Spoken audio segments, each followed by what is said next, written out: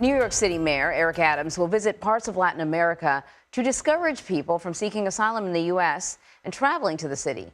New York has stressed its shelters are overwhelmed by the almost 120,000 migrants that have arrived over the past year. About 210,000 migrants crossed the U.S.-Mexico border unlawfully last month. That's the highest level recorded this year, up from 181,000 in August. Joining us now with more on this is CBS News immigration reporter Camilo Montoya-Galvez. Camilo, it's always good to see you. Let's talk about what the factors are that are contributing to the increase that we saw particularly in September. Good morning, Anne-Marie. As you mentioned, the Biden administration continues to struggle to reduce illegal crossings along the U.S.-Mexico border. In September alone, Border Patrol apprehended more than 200,000 migrants, bringing the total of apprehensions in fiscal year 2023, which ended this past weekend, to over 2 million. That is only the second time in U.S. history that has happened in a fiscal year, Anne-Marie. And what is concerning for the Biden administration is that this uptick, this sharp increase rather, is being primarily fueled by a sharp increase in Venezuelan arrivals. And most migrants from Venezuela right now, Anne-Marie, cannot be deported to Venezuela because of the strained diplomatic relations between the U.S. and that repressive government in that country. And so that is posing a severe challenge for this administration, and that will continue to be a challenge as the number of Venezuelans crossing the U.S.-Mexico border illegally continues to climb.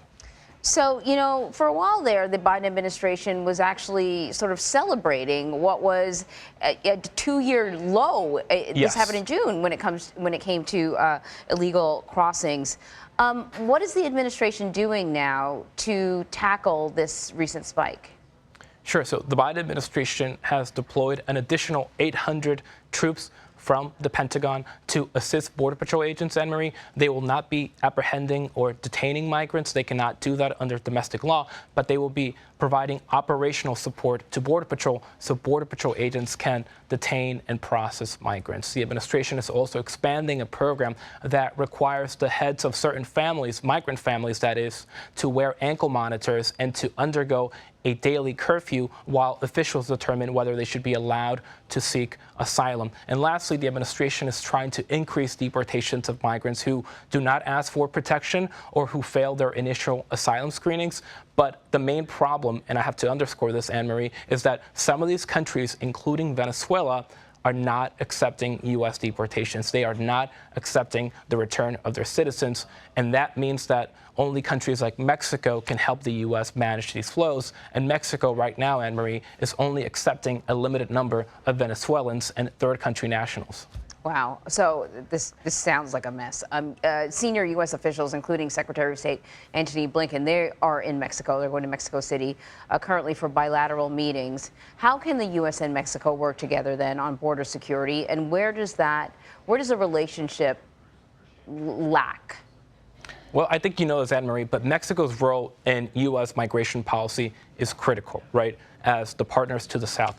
They are the ones in charge of being able to stem the flow of migration before migrants reach the U.S.-Mexico border. But increasingly, the U.S. has been frustrated that Mexico has not been doing enough in the perspective of the Biden administration to stop migrants from getting to northern Mexico in the first place. So the Biden administration is likely to ask Mexico to deploy additional National Guardsmen and their own immigration agents to stop migrants before heading to the U.S.-Mexico border, before they head to the U.S.-Mexico border, and also to accept additional returns of migrants who are not from Mexico, whether those are migrants from Venezuela or countries like Nicaragua and Cuba, which also limit the number of deportations from the U.S. because of those strained diplomatic relations. And all these countries are also sanctioned by the U.S., making these diplomatic negotiations even trickier. Camilo Montoya-Galvez, thank you. Thanks.